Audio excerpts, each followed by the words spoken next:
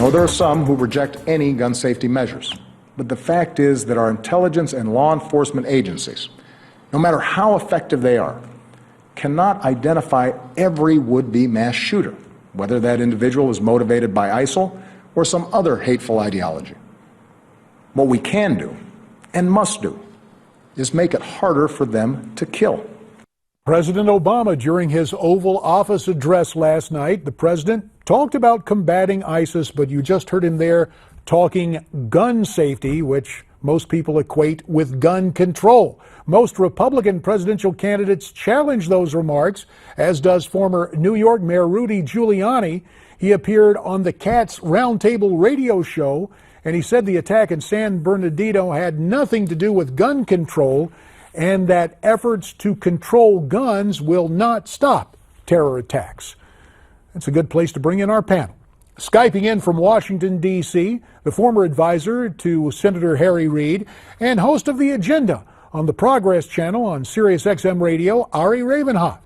And from our Newsmax newsroom, the managing editor of the Shark Tank political blog, Javier Manjarres. Ari, today the Supreme Court rejected a challenge by gun rights activists to Chicago suburbs ordinance banning assault weapons and large capacity magazines. A lot of folks are calling this a victory. How would you characterize it? Well, I mean, you couldn't get 4 conservative justices, which is what it takes, Alito, Roberts, Scalia, and Thomas, to agree to hear this case, meaning they thought they weren't going to win it. It also relates to the fact that, conservatives like to forget the words well-regulated in the Second Amendment. And, this is kind of long-standing precedent that you can do this.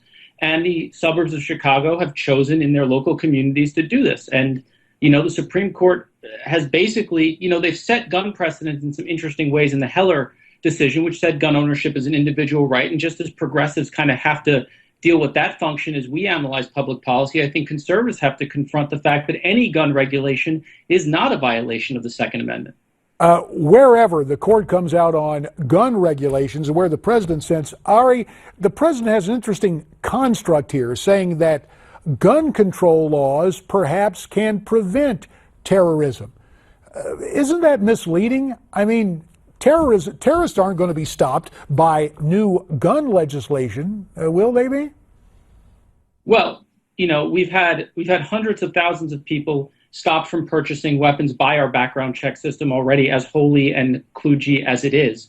And I think the terrorist watch list addition, suggesting that you can't get on a plane, but you can buy a gun, is kind of an insane feature of our gun system. Now, look, actually, I don't like the terrorist watch list construct in general. I think it's been an abused system. I think it's one that has created massive civil liberties problems, et cetera. But suddenly I'm hearing a bunch of conservatives get all huffy about civil liberties, about the Fourth and Fifth Amendment, when they haven't seemed to care about any violations for the past 15 years. So I kind of have to laugh at it.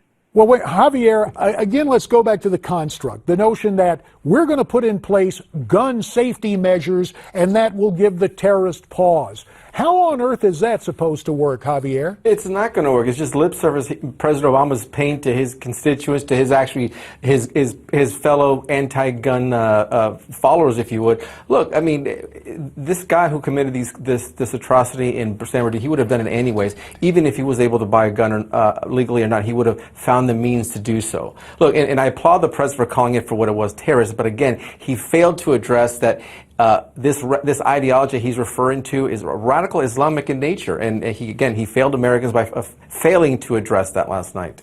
Ari, I want to get back to you and this whole notion of assault rifles. Take a look at Switzerland. Probably has the most private citizens per capita with assault rifles, and yet Switzerland has one of the lowest crime rates. So why on earth is it different in the United States? Why do we need to see all these controls on so-called assault weapons? Well, I don't know about controls on assault weapons. I kind of think the data there is mixed at best, to be frank. And long gun sales, I think long guns tend to scare people based on what they look like. But I think the one thing the data is clear about, and there's a study out of the University of Arkansas actually very recently on this, and it looked around the world at gun deaths and looked at a variety of different factors, from mental health to cultural atmospherics, to all sorts of factors, and came down to one causal relationship, and that is the amount of guns increases the amount of gun deaths, period. That was the full-out conclusion of the study, that the amount of guns in a society increases the amount of gun deaths. And we have a country with 300 million civilian weapons. That is more than, I think, double the rest of the world combined. But Javier, the fact that Americans, most of them law-abiding, have weapons, that can be a deterrence against terrorists, can it not? 15 seconds. Right, absolutely. I mean, I'm sure terrorists second-guess themselves every time they're going